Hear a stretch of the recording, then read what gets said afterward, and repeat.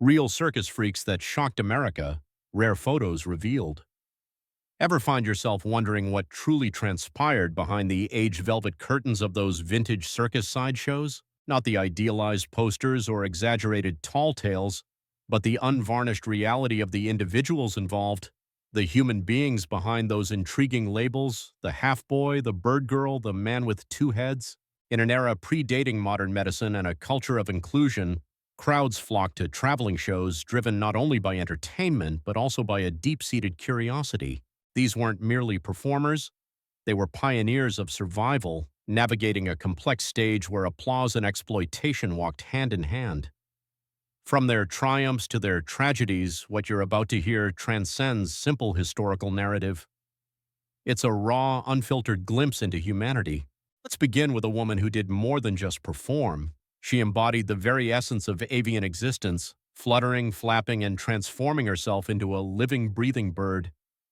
The two-headed man history may have forgotten his name, but the sideshow posters certainly did not.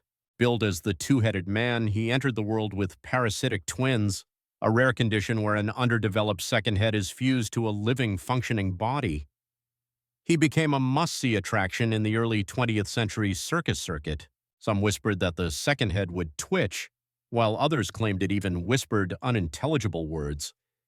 Whether these tales were rooted in fact or were mere fabrications designed to draw larger crowds remains a mystery, but one truth remains undeniable. He was never fully recognized as human in the eyes of the audience.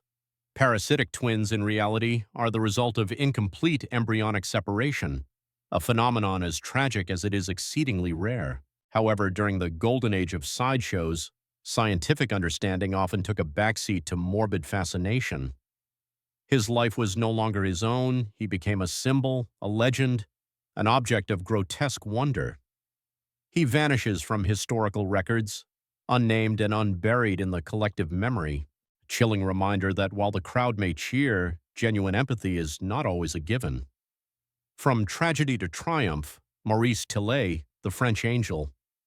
Our next performer didn't shy away from his transformation, he embraced it, becoming an icon of strength and resilience. Meet Maurice Tillet. Born in 1903 in Russia, Maurice, by all accounts, appeared to be an ordinary young boy.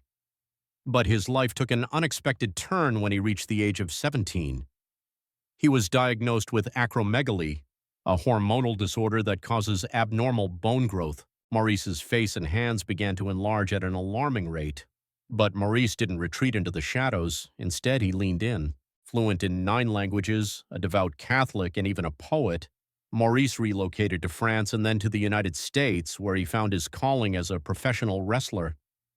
Under the stage name The French Angel, he became more than just a sideshow curiosity. He became a champion. In the wrestling ring, he radiated power, ultimately winning the American Wrestling Association World Heavyweight Championship. Fans adored him, children admired him, and yet beneath the larger-than-life persona, Maurice often battled illness and pain in quiet solitude. Before his passing in 1954, he agreed to have casts made of his face.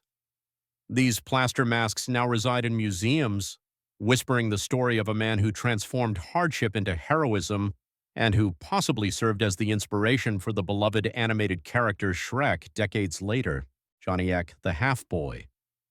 Before the advent of CGI and stunt doubles, there was Johnny Eck, a man who turned disbelief into applause. Nicknamed the half-boy, or the man with no body, Johnny was born in 1911 with sacral agenesis, a rare condition that left him without functional legs, but Johnny refused to see himself as incomplete. He taught himself to walk on his hands, not only walk but perform acrobatic feats that left audiences breathless. He even played basketball, moving with astonishing speed and precision using only his upper body strength. And unlike many sideshow performers, Johnny had a twin brother, Robert, who provided unwavering support both on and off the stage, making their bond an integral part of the act. Beyond the confines of the circus tent, Johnny was a true Renaissance man. He painted, sculpted, designed miniatures, and even worked as a film actor, most notably in Todd Browning's cult classic Freaks, 1932. Later in life, he operated a miniature train attraction in his hometown of Baltimore, and lived well into his 70s. Johnny once stated, "I'm not a sideshow freak, I'm a performer." But what if your very body was never truly yours to control? The next story isn't just about performance, it's about captivity, sisterhood, and a lifetime of longing. Pip and Flip, the twins of Yucatan. Next, we have two sisters whose unique appearance sparked fascination, but whose genuine spirit brought joy to those around them. Meet Pip and Flip, conjoined twin performers with microcephaly, a condition resulting in significantly smaller heads and developmental challenges. Billed as the twins of Yucatan, their origin was likely fabricated to enhance their exotic appeal. The truth is, their actual birthplace remains shrouded in mystery. What we do know is this: audiences didn't just marvel at their appearance, they adored their presence. There was an undeniable innocence about them. Their joy was infectious, and those who worked alongside them attested to the light they brought backstage, not just under the big top. Pip and Flip found a place with the Circus of Horrors and later gained wider recognition through the film Freaks, a rare cinematic snapshot of real sideshow life. In a world that often exploited, they served as a reminder of something deeper, that joy isn't always defined by conventional standards or intellectual prowess. Frances O'Connor, the armless wonder. Imagine brushing your hair, writing a letter, or sipping a glass of water all with your feet. This was the daily reality of Frances O'Connor, a woman born in 1914 without arms. What could have been a life of quiet isolation instead became a courageous journey into the spotlight. At just 15 years old, Frances joined the Ringling Brothers Circus, where she amazed audiences not with fabricated tricks or exaggeration, but with genuine lived skill. She ate, sewed, drank, and even applied makeup using only her toes, lived with her mother in Sheridan, Wyoming, and traveled extensively across the United States. Her act didn't rely on shock value or discomfort, it thrived on admiration. Frances didn't perform as a freak. She performed as living proof of human adaptability and strength. She later married and quietly retired from the circus world, but her legacy endures as one of grace and unwavering independence. Pauline Musters, Princess Pauline, the shortest woman. Pauline Musters, born in the Netherlands in 1876, stood only 21.5 inches tall, earning her a place in the Guinness World Records as the shortest woman to have ever lived. But don't let her diminutive size fool you. Pauline was a giant in talent. Trained as an acrobat and dancer, she captivated audiences across Europe with her elegant footwork, balancing acts, and spirited personality. Nicknamed Princess Pauline, she toured Paris, London, and even New York. But fame came with inherent risks. Traveling in the late 19th century as a medically fragile person meant constant exposure to illness. In 1895, just 2 days into her U.S. debut, Pauline succumbed to pneumonia and meningitis. She was only 19 years old. Her passing stunned the press. Obituaries mourned her not as a mere curiosity, but as a true artist, a testament that in her short life, Pauline had earned admiration that transcended her physical frame. Daisy and Violet Hilton, conjoined twins, born in 1908 in Brighton, England. Daisy and Violet Hilton were conjoined twins, joined at the hips and sharing blood circulation but not organs. Their mother gave them up at birth, and they were taken in by Mary Hilton, who saw not daughters but dollar signs. For decades, Daisy and Violet were relentlessly marketed as a miracle. They were taught to sing, dance, and play instruments. They toured across Europe and America, performing in vaudeville acts and starring in films like Chained for Life. But behind the dazzling stage lights, their lives were tightly controlled. Their earnings were confiscated, and their personal decisions were made for them. Only in adulthood were they able to break free and attempt to manage their own careers. Though they eventually experienced fleeting moments of autonomy, their lives remained marked by struggle. They died together in 1969 from the Hong Kong flu, their bodies discovered days later. They had shared a stage, a body, and a lifelong quest for freedom. Joe Martin Laurel, the Owl Man. No special effects, no camera tricks. In the golden age of sideshows, Joe Martin Laurel had a trick up his neck, literally. Born in 1886, Laurel gained notoriety for a talent that startled even the most seasoned spectators. He could rotate his head a full 180 degrees. Yes, you read that correctly. Joe arrived in the United States in 1921 and shortly thereafter joined the legendary Barnum and Bailey Circus, where he cultivated a reputation as the Owl Man. He would stroll across the stage with his head completely turned backward, grinning eerily at the crowd from over his shoulder. The act was silent, unsettling, and utterly unforgettable. In 1940, Life magazine featured a photograph of Laurel in mid-performance, a haunting image that elevated him to minor celebrity status. Behind the scenes, Joe was known to be quiet and disciplined. He rarely discussed his unique condition, but medical experts speculated that it stemmed from an unusual degree of vertebral flexibility and pain tolerance. He passed away in 1955, leaving behind a legacy of silent, contorted showmanship that continues to echo through sideshow lore. Susie, alligator-skinned woman. Moving from someone known for his twisting form, we now turn to a performer celebrated for skin unlike any other. In a world obsessed with appearances, Susie was born with ichthyosis, a rare skin condition that causes extreme dryness, thickening, and scaling of the skin. To the sideshow crowd, she was known by cruel nicknames like Alligator Girl or Elephant-Skinned Woman. But to those who truly knew her, she was a survivor. Her skin constantly cracked, bled, and demanded meticulous care. Nevertheless, she stood under the harsh lights of the circus, allowing strangers to gawk, not out of vanity, but out of necessity. Sideshows offered her something no one else did: employment and a sense of belonging. Susie transformed her condition into a presentation, educating some, entertaining others, but it was never easy. Constant physical discomfort was her companion, and the emotional burden of being objectified could never be fully erased. Crow, the missing link. From skin as armor to hair as a spectacle, our next story plunges us into the depths of perception and a disturbingly pseudoscientific past. Imagine being a child and being told that you were a living bridge between apes and humans. That's how Cryo, born in 1876 in Laos, was presented to Western audiences. She had hypertrichosis, a condition causing excessive hair growth all over her face and body.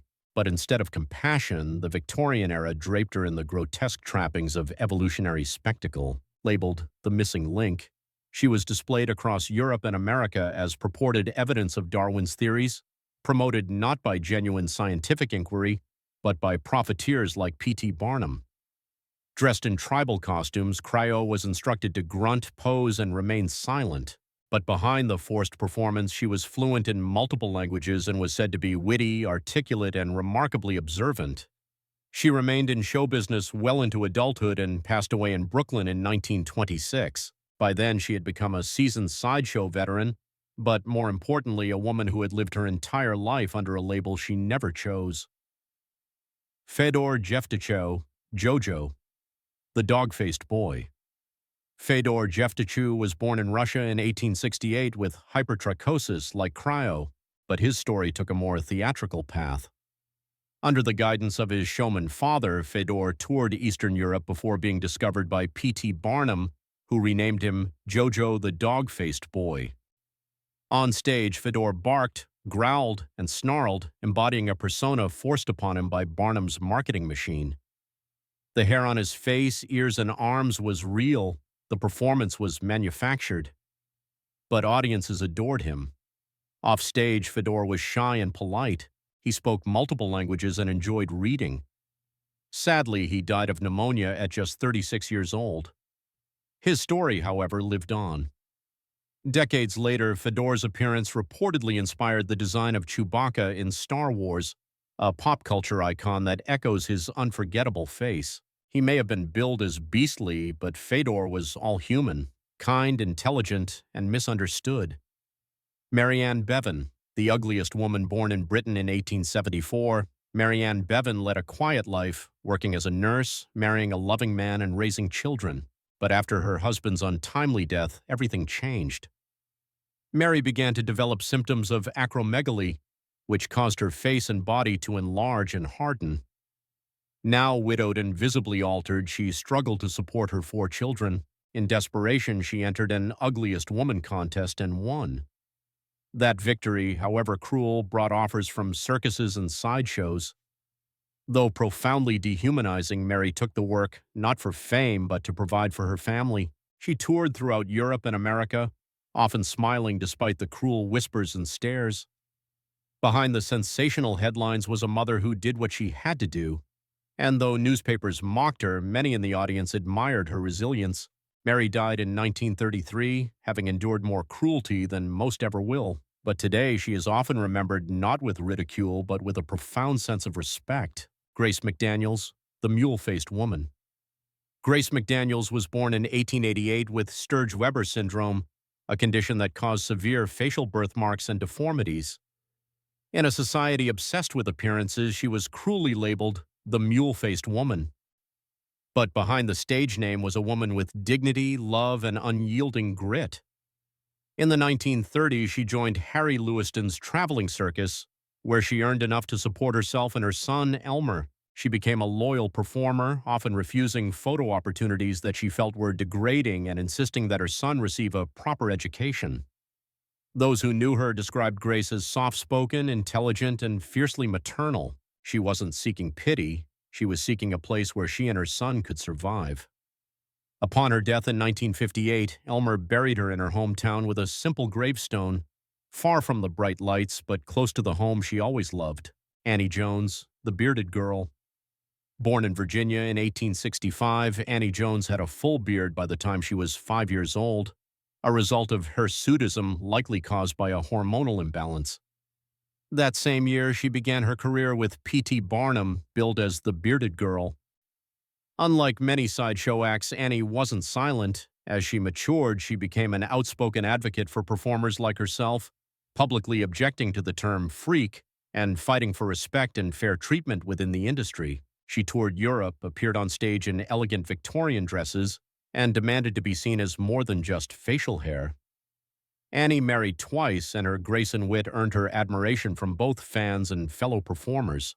Though she passed away in 1902 at just 37 years old, her legacy endures not just as a sideshow star, but as a woman who refused to be reduced to her difference. Millie and Christine McCoy, the two-headed nightingale.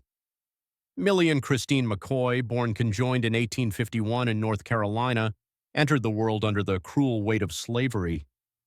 They were sold as infants and passed between showmen like commodities, but within them bloomed an astonishing resilience. Connected at the base of their spines, the twins learned to walk, dance, speak multiple languages, and sing in perfect harmony. They were billed as the two-headed nightingale and eventually became stars on both sides of the Atlantic. After emancipation, they took greater control of their careers and earnings, an extraordinary feat for formerly enslaved, disabled women in the 19th century. Edouard Beaupré, the Willow Bunch giant.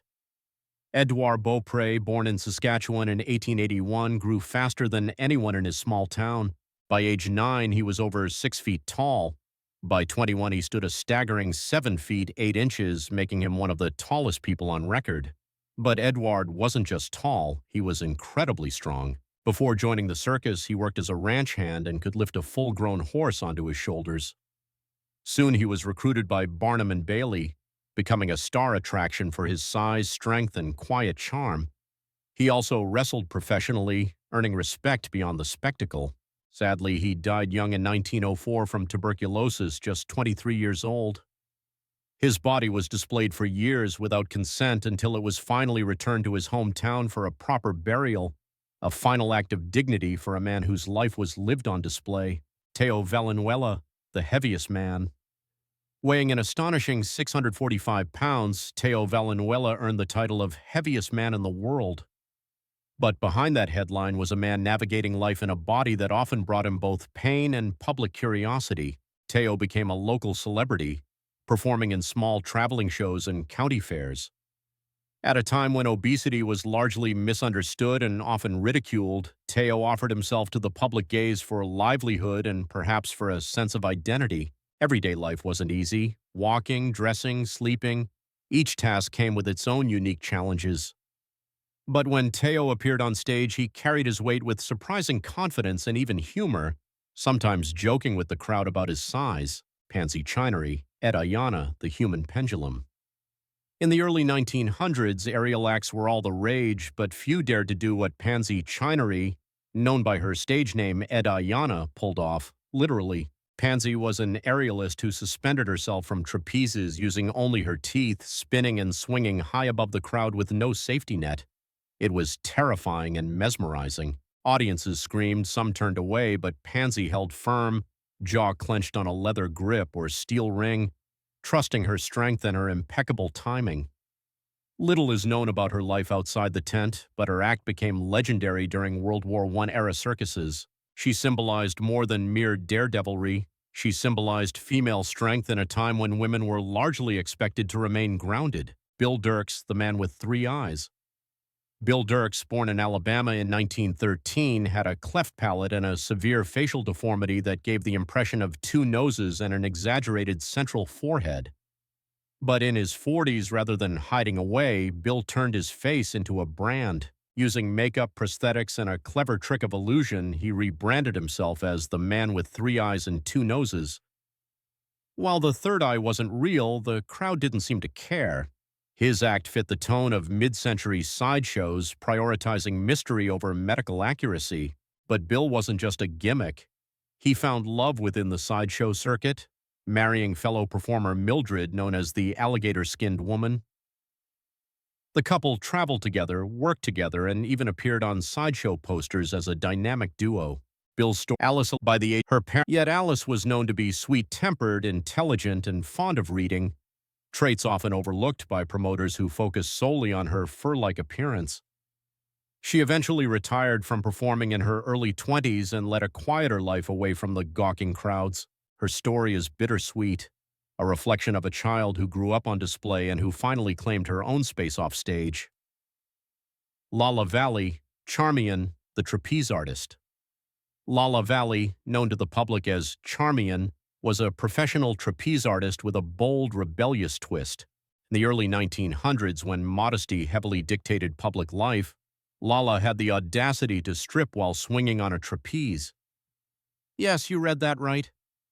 Her act began with her wearing a full Victorian dress. As she swung, she removed layer after layer, petticoats, bodice, gloves, until she revealed a form-fitting leotard beneath. The crowd was shocked, entranced, and delighted. But Charmian's act was more than mere titillation. It was a form of performance art. In a time when women didn't have the right to vote, she dominated the air with elegance and power. Even Thomas Edison filmed her in 1901, capturing her aerial striptease as a novelty and perhaps unknowingly as a feminist statement. She redefined what a female performer could be, and the echoes of her defiance continue to reverberate through stages even today. Aloysia Wagner, Valletta, the Venus without limbs. Born in Germany in the early 1900s, Aloysia Wagner, known by her stage name Valletta, was born without arms or legs due to tetra amelia syndrome. But even without limbs, she refused to be helpless. With the unwavering support of her half-brother, she immigrated to the United States and joined the sideshow circuit, where she was introduced as the beautiful Venus without arms and legs. And indeed, she was beautiful. She combed her hair, dressed herself, wrote, and even sewed using only her mouth. Her act stunned audiences not because of her condition, but because of what she accomplished in spite of it. It was a performance of skill, unwavering control, and a quiet act of rebellion against societal expectations. Joseph Merrick, the Elephant Man. Joseph Merrick, born in Leicester, England in 1862, suffered from severe deformities believed today to be caused by Proteus syndrome and neurofibromatosis. His head grew to 3 times its normal size, his skin thickened, and his right arm enlarged beyond functionality. He became a sideshow act across Britain under the name The Elephant Man. But Joseph wasn't grotesque. He was gentle, deeply poetic, and exceptionally intelligent. He loved Shakespeare, meticulously constructed cathedral models from paper, and yearned for simple human dignity. After years of cruel exploitation, he found refuge at the London hospital where he was cared for and treated with respect. Joseph's story reached a wider audience through David Lynch's 1980 film, which captured the emotional truth that resided beneath the spectacle. His quiet plea, spoken in real life and powerfully echoed on screen, continues to haunt the annals of history. I am not an animal. I am a human being. Dominique Casta, The Living Skeleton. Little is remembered about Dominique Casta, but in the early 20th century, he was one of many sideshow performers billed as the living skeleton. Dominique weighed less than 70 pounds and stood tall. His ribcage was starkly outlined beneath paper-thin skin. His condition, possibly caused by tuberculosis or a wasting disorder, made him appear otherworldly. He performed by simply standing still, a silent statement of physical extremity, often paired with fat ladies for the sake of stark contrast. His role was to shock, to create an imbalance, to make the crowd marvel at how he could possibly still be alive. Frankie Saludo, the circus clown. Frankie Saludo stood just 3 feet tall, but on the circus stage he towered over the crowd with an abundance of charm and quick wit. As a white-faced clown with Ringling Brothers, Frankie was beloved not for his difference, but for his comedic brilliance. Frankie Saludo brought a live rabbit onto the stage, enchanting children with classic slapstick routines. He even impressed adults with his spot-on Charlie Chaplin impersonation, capturing the essence of the Little Tramp's iconic walk and mannerisms. The audience didn't laugh. At Frankie, they laughed with him, sharing in his joy and comedic timing. Unlike many performers on this list, Frankie's story is one of light joy and even inspiration. He fully embraced his role, retiring with dignity and leaving behind a legacy as one of the greatest little clowns in circus history. Frankie proved that being different doesn't have to lead to despair. It can be a reason for celebration. Unzi. Back in the early 20th century, when science had yet to fully explain conditions like albinism, Uni was presented as the albino man, quickly becoming a sensation both in the US and abroad. Born without pigment in his skin, hair, and eyes, Uni's striking appearance made him stand out, leading to an early recruitment into the circus world. His pale skin, white eyelashes, and nearly translucent hair drew crowds who were fascinated by what they didn't understand.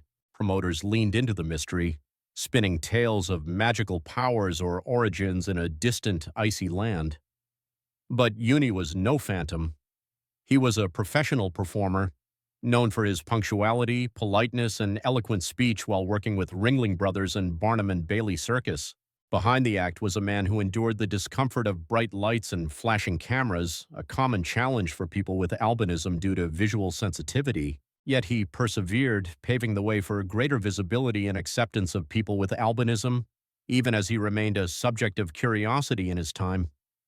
He became a symbol of resilience, showing that even amidst misunderstanding, one could find a stage and a voice. Grady Stiles Jr., born in 1937, Grady Stiles Jr. had ectrodactyly, a genetic condition that caused his fingers and toes to fuse into claw-like shapes. In the sideshow world, he was known as Lobster Boy, a title inherited from his family, who had a long line of performers with the same condition. For decades, Grady performed, crawling across the stage with his powerful upper body strength. But behind the curtain, his life was in turmoil. He battled alcoholism and engaged in domestic abuse.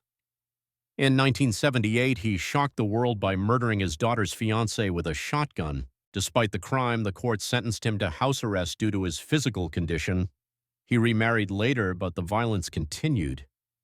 In 1992, his wife and stepson hired a hitman to kill him. Grady was murdered in his home, bringing a tragic and violent end to a life already marked by pain and dysfunction. His story serves as a dark reminder that life under the big top wasn't always filled with laughter and applause. Eli Bowen. Born in 1844 with phocomelia, Eli Bowen had no legs and shortened arms. But what he lacked in limb length, he more than made up for in pure upper body strength.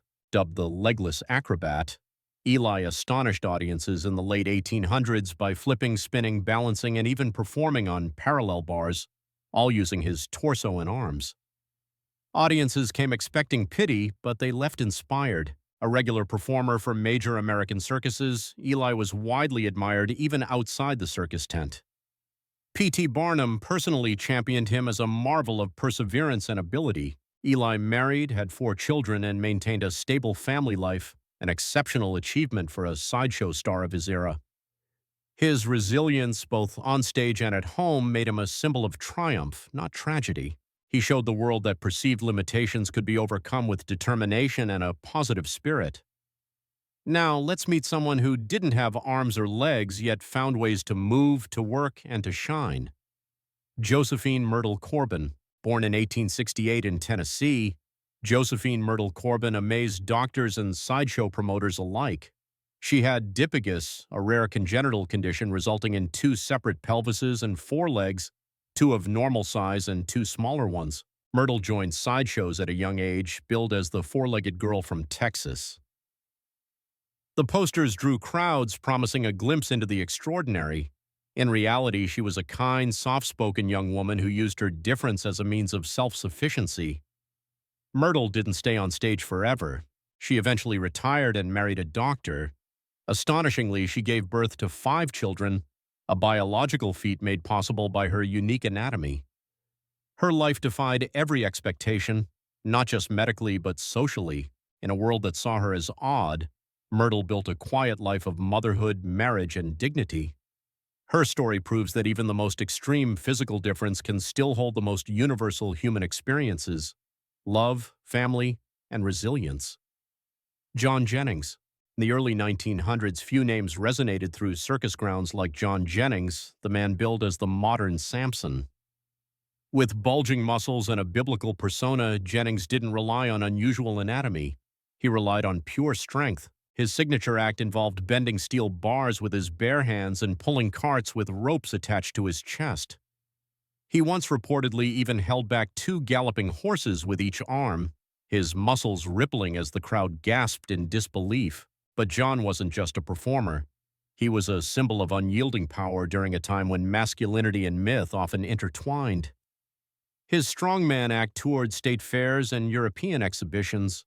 Offstage, he was quiet and disciplined, training rigorously to ensure each feat was authentic, a testament to the dedication behind the awe-inspiring spectacle. George and Willie Muse. Music.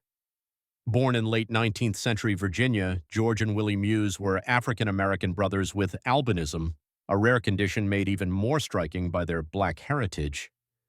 But their story didn't begin under the circus lights. It began with tragedy. In 1899, the boys were kidnapped from their mother by circus promoters who renamed them Echo and Eco, branding them as Martian ambassadors or sheep-headed cannibals from Ecuador.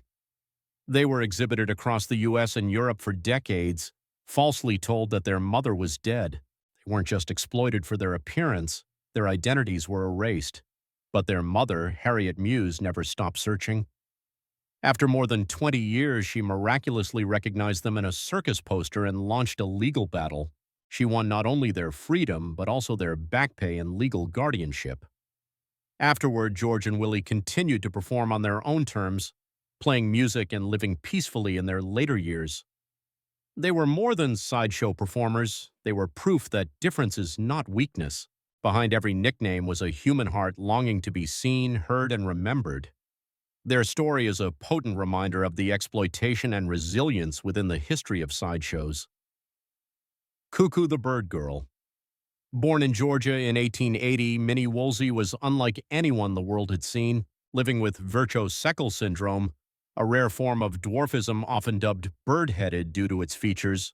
Minnie had a tiny frame, large eyes, and a sloping jaw. But where some saw strangeness, others saw opportunity. Transformed herself into Cuckoo the Bird Girl, draped in feathery gowns and adorned with towering headdresses, embracing a persona that was half human, half myth. Her movements were bird-like. Arms fluttered, feet danced, and her presence mesmerized. She became most famous for her appearance in the film Freaks, where her wild dance atop a banquet table left an eerie yet unforgettable impression. But that performance wasn't just spectacle, it was defiance. Minnie turned mockery into magic. Her routine walked the line between unsettling and captivating, forcing audiences to confront their own assumptions. Her later years remain a mystery, fading into the shadows like many sideshow stars, but the image of her dancing, bold and unashamed, remains frozen in film and in memory, a testament to her unique spirit. 30 real circus freaks that shocked America, rare photos. They say giants only exist in fairy tales. But what if you found out they were walking among us today? From basketball legends who wore size 21 shoes to record-breaking world champions who needed 6 plane seats just to travel, these towering individuals proved that the unbelievable is possible. So, which of these real-life giants will surprise you the most? Let's explore the lives of the tallest people in the world. Uljana Semjonova. When you talk about the true legends of women's basketball, Uljana Semjonova is a name you simply can't overlook. Born in Latvia to Russian parents, Uljana became a towering icon, literally and figuratively, of Soviet basketball. Imagine standing 7'0" tall and wearing size 21 men's shoes. That alone would turn heads. But Uljana was far more than just her height. Her incredible skill, agility, and natural ability to read the game made her virtually unstoppable. Music. Throughout the 1970s and 80s, she ruled the court with a mix of sheer physical presence and a level of skill that left opponents in awe. Her agility and uncanny ability to anticipate plays made her nearly impossible to defend. She could outplay, outmaneuver, and outthink almost anyone. By just 16 years old, she had already risen to national stardom, not only for her dominance but for the pride she brought to her country. What's truly remarkable is how she played with a rare mix of grace, strength, and sportsmanship. Despite her size, her impact wasn't just measured in wins or points. She inspired a whole generation and became a symbol of excellence worldwide. To this day, Semjonova's name stands tall among the greatest in basketball history, Rumesa Gelgi. From the fiery basketball courts where sports giants assert their power, let's move on to another story, a story of extraordinary determination and the will to overcome fate. Mesa Gelgi, a girl from Turkey, is not only a researcher and web developer but also a tireless campaigner for people with rare diseases and disabilities. She currently holds several incredible Guinness World Records, including the title of the world's tallest living woman, along with records for the largest hands, longest fingers, and longest waist for a female. She was also previously recognized as the world's tallest living teenage girl. Mesa Gelgi's extraordinary height is caused by Weaver syndrome, a rare genetic disorder that leads to rapid growth and unique physical features. Since this condition is much more common in males, Rumesa's case is especially rare. Because of the challenges her height brings, she primarily uses a wheelchair, though she can walk short distances with a walker.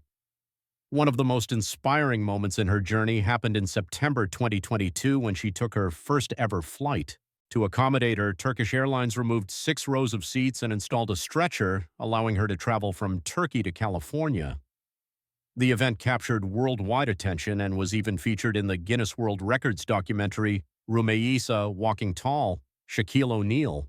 If Uljana Semjonova is the reigning queen of women's basketball, then Shaquille O'Neal, or simply Shaq, is the unchallenged king of men's basketball. Standing at 7'1" and weighing 325 pounds, Shaq was a devastating force on the court, possessing incredible strength and agility that allowed him to easily overwhelm defenders. During his 19-year NBA career, Shaq played for 6 different teams, winning 4 championships and solidifying his status as one of the greatest centers of all time. With 4 championship rings, countless all-star appearances, and a reputation as one of the most dominant forces in the game, Shaq left an indelible mark on basketball history. But it wasn't just about his stats. His dazzling footwork, lightning-fast reflexes, and larger-than-life personality made him a fan favorite everywhere. Shaq is not only known for his top-notch performances on the court, but also for his outspoken personality and his willingness to engage with the media. His war of words with former teammate Kobe Bryant is well documented. And when asked about Bryant in 2005, Shaq responded in a cool and calculated manner, "I'm sorry, who?" It is this humor and charisma that has helped him maintain his popularity even after retirement. Today, Shaq has reinvented himself in unexpected ways. He tours the world as DJ Diesel, producing electronic music, and engages in playful confrontations, like when he responded to LeVar Ball's challenge with a diss track of his own. Truly, Shaq is proof that legends never stop growing. Yao Ming. Yao Ming is more than just a basketball legend. He's a true global icon who changed the game forever. Standing 7'6" tall, Yao wasn't just a dominant center in the NBA, he also became a powerful bridge between Chinese and American basketball. helping expand the NBA's presence in China and inspiring a wave of new international talent. Throughout his career, Yao was an 8-time NBA All-Star, averaging 19 points and 9 rebounds per game. He was a force on the court, but his impact went far beyond the NBA. Yao led China to 3 FIBA Asia Championship gold medals and earned 3 MVP awards along the way. In 2016, he was inducted into the Naismith Memorial Basketball Hall of Fame, delivering a heartfelt speech that solidified his place as one of the sport's most influential figures. As a player and cultural ambassador, his impact is still felt across the basketball world today. Tacko Fall. Tacko Fall is the kind of player you simply can't miss. His towering 7'6" frame makes him a living skyscraper on any basketball court. Born in Senegal, Tacko's journey took a remarkable turn at 16 when he moved to the United States, determined to turn his dream of pro basketball into reality. At the University of Central Florida, he became a defensive powerhouse, using his incredible height and reach to intimidate opponents and block shots with ease. Though he wasn't picked in the 2019 NBA draft, Tacko's infectious smile and unbelievable size quickly made him a fan favorite when he joined the Boston Celtics. He didn't just impress fans. At the NBA Draft Combine, he set jaw-dropping records for height and shoes, arm span, and standing reach, stats that seemed almost superhuman. After his time in the NBA, Tacko took his talents to China, joining the Nanjing Monkey Kings and continuing to wow basketball fans on a global stage. Tacko Fall's story is a testament to perseverance, heart, and the power of believing in your dreams, no matter how high the odds are stacked against you. Paul Sturgis. From the NBA arenas teeming with superstars to the stories of overcoming adversity, the world of giants continues to expand with incredible names. One of them is Paul Sturgis, an unmistakable figure in basketball history. Standing an incredible 7'7" and weighing 325 pounds, he was officially recognized by Guinness World Records in 2011 as the tallest college basketball player in the United States at the time. What's special about Paul is that his growth spurt is entirely natural, not due to any medical condition, but rather genetics. Born in England, Paul first captured attention as a teenager on the TV show Britain's Tallest Teens, turning heads long before he even set foot on a college court. With giant-sized 19 shoes and a presence that dwarfs just about everyone, Paul went on to play basketball at Florida Institute of Technology, leaving a trail of stunned opponents and inspired fans. His journey from a headline-making teen to a record-breaking athlete proves that sometimes being different is your greatest strength. Which of these real-life giants amazed you the most? Tell us in the comments below. Paul White, Big Show. Paul White, better known to millions as The Big Show, is a true titan of sports entertainment. Towering at 7'1", his imposing size and sheer strength have made him a standout star in professional wrestling for decades. Before he ever set foot in the squared circle, White was already turning heads as a college basketball powerhouse at Wichita State University. But White's incredible size came with a challenge. He was diagnosed with acromegaly, a rare condition caused by excess growth hormones. Thankfully, after undergoing surgery to remove a pituitary tumor in the early 90s, his growth was finally brought under control, making his wrestling debut in 1995 as the Giant in WCW. White immediately drew comparisons to the legendary Andre the Giant, not just for his stature, but for his larger-than-life charisma. When he jumped to WWE in 1999, he became The Big Show, a name that would become iconic. Today, that is the 90s, while the Suleiman, these Sultan born in every day, he's found since then. Yorgim during he ventured, but Robert by the unlike in 20, he has struck these at 6 reads, but Aaron, however, in addition, Aaron Martin Tower before Ford, he left beyond his bodybuilding career. Ford has successfully ventured into acting, appearing in several films and expanding his influence far beyond the fitness community. Known for his unwavering commitment to fitness, Martin Ford continues to motivate countless individuals with his dedication, discipline, and an extraordinary personality as imposing as his physical stature. He proves that dedication and hard work can open doors to diverse and fulfilling opportunities. Satnam Singh Bamara, hailing from a small village in India, rose to international prominence, becoming an icon not only due to his towering 7'2" frame and 360-pound weight, but also as the first Indian-born player ever to be drafted into the NBA. In 2015, the Dallas Mavericks selected him with a 52nd overall pick in the NBA draft, opening a new chapter for Indian basketball and igniting dreams across the nation. Singh's journey began in his humble hometown, where his father, also a tall man, inspired and introduced him to the game of basketball. Even as a child, his height was remarkable. By the age of 9, he stood at 5'9", already taller than most adults in his village. By 14, he had grown to an astounding 6'6" and weighed 230 pounds, wearing size 18 shoes, a phenomenal growth spurt that hinted at his extraordinary potential. Recognizing his unique potential, Singh was sent to the IMG Academy in Florida, where he honed his skills and received top-tier training. Although he never played in an official NBA game, Satnam Singh was a pioneer, a beacon of hope for Indian basketball, inspiring generations to pick up the sport and pursue their dreams. His journey highlights the importance of nurturing young talent and providing opportunities for athletes from underrepresented regions. Later in his career, Singh transitioned to professional wrestling, where his impressive physique and physical abilities quickly made him a standout star at All Elite Wrestling, AEW. With a career that has spanned 2 major sports, Satnam Singh continues to leave his mark on the global stage, showcasing his versatility and athletic prowess.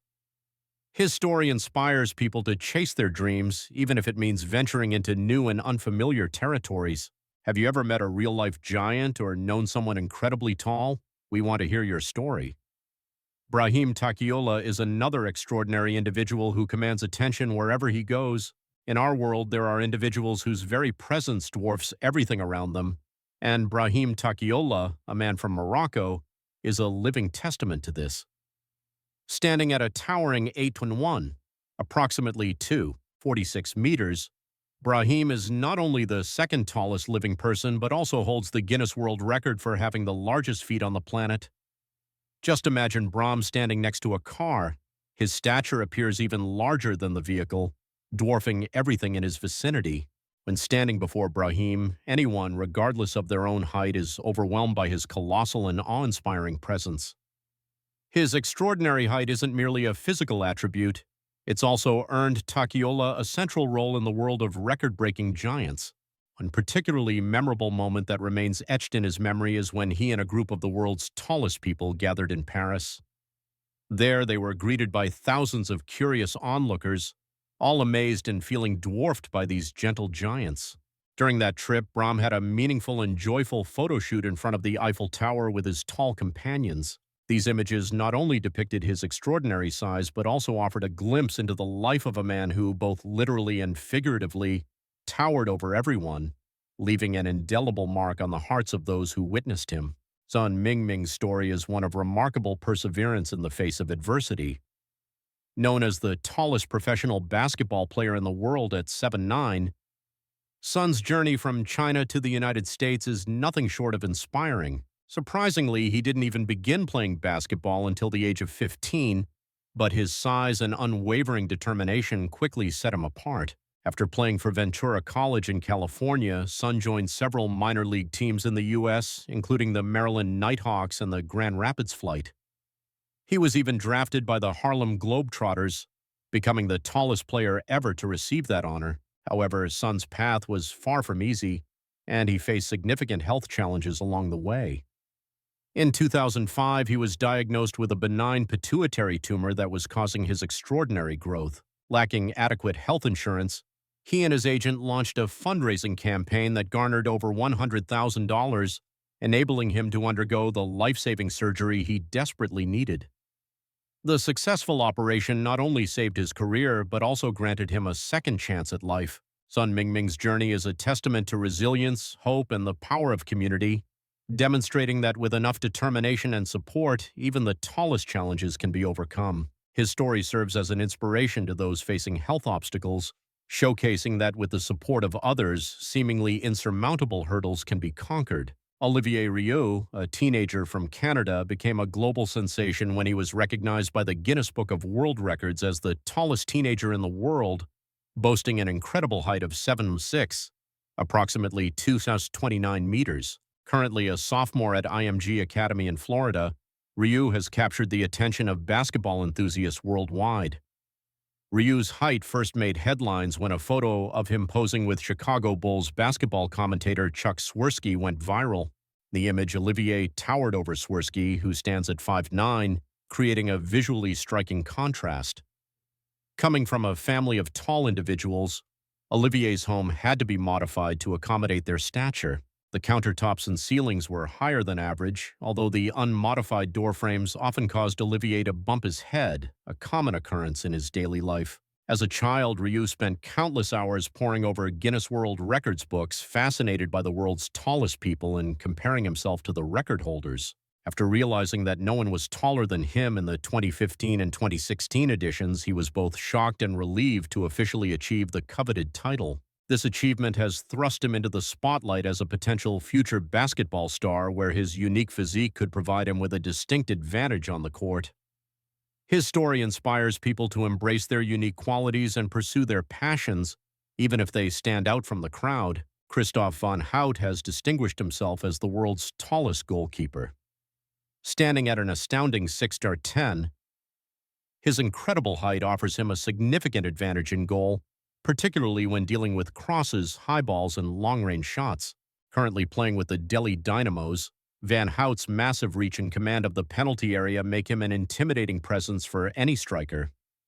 However, being the tallest player on the pitch comes with its own set of challenges. Quick dives and sudden side-to-side movements can be more difficult for someone of his stature, and maintaining balance isn't always easy. Still, von Hout's imposing presence and impressive saves have earned him respect throughout professional football. His career proves that with the right training and a willingness to adapt, even extraordinary height can become a valuable asset between the posts. His journey serves as an example of how embracing one's unique physical attributes can lead to success in competitive sports. Ri Myung-hun, also known as Michael Ri, is a retired basketball player from North Korea, standing at an incredible 7'8". 5 and weighing 282 pounds, he was once the tallest man in North Korea and a standout on the court. He trained in Canada and was scouted by several NBA clubs with the promise of a breakout career. However, his path to the NBA was ultimately thwarted by political obstacles. His dream of playing in the top league was dashed by U.S. sanctions, specifically the Trading with the Enemy Act of 1917. In 2000, the U.S. State Department made Ri a proposal. He would be allowed to play in the NBA as long as he did not send any earnings back to North Korea. This condition led North Korean officials to deny him permission to leave the country. Notably, Kim Jong-il reportedly demanded that NBA scout Tony Ronzone pay the North Korean government in wheat in exchange for Ri being allowed to leave, a deal that never materialized. In a rare interview with CNN, Ri Myung-hun expressed his deep desire to play at the highest level. "I am a giant of a man. I want to test my abilities. I don't care about money or politics as an athlete. I just want to try." His exceptionally tall stature was again highlighted in 2011 when North Korean state television broadcast footage of Kim Jong-il's funeral, featuring an extremely tall man in the crowd widely believed to be Ri. Brock Brown from Michigan stands at a staggering 7'9", 36 meters, tall, making him one of the tallest people in the world. His extraordinary height is attributed to Soto syndrome, or cerebral gigantism, a rare genetic disorder that causes rapid and excessive growth in childhood. Doctors initially warned Brock and his family that he likely wouldn't live past puberty, but he has defied all expectations and continues to thrive. Growing up, Brock's size presented numerous unique challenges. By the time he was in nursery school, he already stood at 5'2", taller than most adults. Everyday tasks such as finding clothes or a bed that fit became a constant struggle. Brock required custom-made outfits and an extra-long 8-foot bed just to be comfortable. His height also contributed to health issues, including a high BMI that led to diabetes and made mobility more difficult. But Brock's story isn't just about the challenges he faced. It's about overcoming them and defying the odds. Recently, he fulfilled a long-held dream by landing a job at a YMCA sports center. Working in a place dedicated to fitness and community has always been his aspiration. Brock's journey is truly inspiring. Despite the setbacks, his determination and positive attitude have enabled him to build a fulfilling life. Which aspect of a giant's daily life do you find the most challenging? Let me know in the comments below. I'd love to hear your thoughts or any stories you have to share. If you enjoyed this journey, check out more incredible videos on our channel. And don't forget to like, subscribe, and share Past Not Past. Always. Thank you for watching. We'll see you in the next one.